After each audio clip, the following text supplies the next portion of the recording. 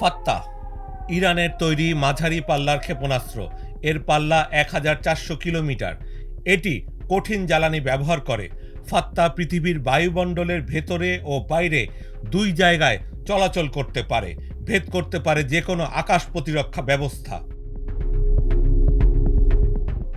এই ফাত্তা ছুঁড়েই ইসরায়েলের মাথানত করাতে চাইছে ইরান।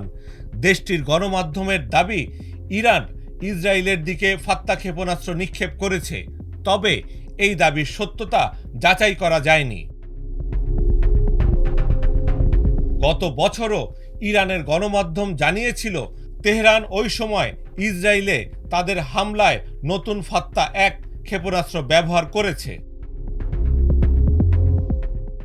এর আগে ইরানের ইসলামী বিপ্লবী গার্ড বাহিনী IRGC জানিয়েছে, ইসরায়েলের বিরুদ্ধে সর্বশেষ হামলায় তারা ফাত্তা হাইপারসনিক ক্ষেপণাস্ত্র নিক্ষেপ করেছে।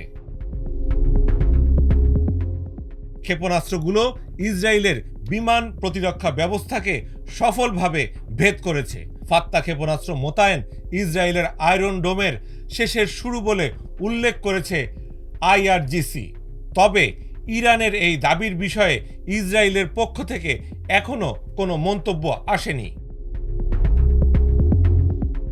ফাত্তা আরবি শব্দ, যার অর্থ উন্মোচনকারী।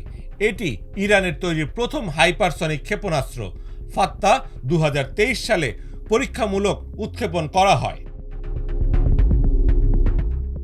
সেই সময় IRGC অ্যারোস্পেসের তৎকালীন প্রধান আমির আলী হাজিজাদেহ বলেছিলেন, ফাত্তাকে অন্য কোনো ক্ষেপণাস্ত্র দিয়ে ধ্বংস করা যাবে না, কারণ এটি বিভিন্ন দিকে এবং বিভিন্ন উচ্চতায় চলাচল করে।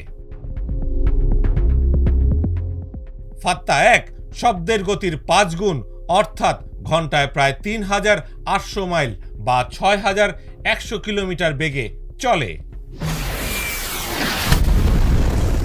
তবে বিশ্লেষকেরা মনে করেন, প্রায় সব ব্যালিস্টিক ক্ষেপণাস্ত্রই উড্ডয়নের সময় হাইপারসনিক গতিতে পৌঁছায়, বিশেষ করে যখন ক্ষেপণাস্ত্র লক্ষ্যবস্তুর দিকে নামতে থাকে। ইন্টারন্যাশনাল ইনস্টিটিউট ফর স্টাডিজের গবেষণা সহযোগী ফ্যাবিয়ান হিঞ্জ বলেন, ফাত্তা 1-এর একটি ম্যানুভারেবল রি-এন্ট্রি ভেহিকল রয়েছে। তার মানে হলো, এটি লক্ষ্যবস্তুতে আঘাত হানার সময় ক্ষেপণাস্ত্র প্রতিরক্ষা ব্যবস্থা এড়াতে তাৎক্ষণিক দিক পরিবর্তন করতে পারে।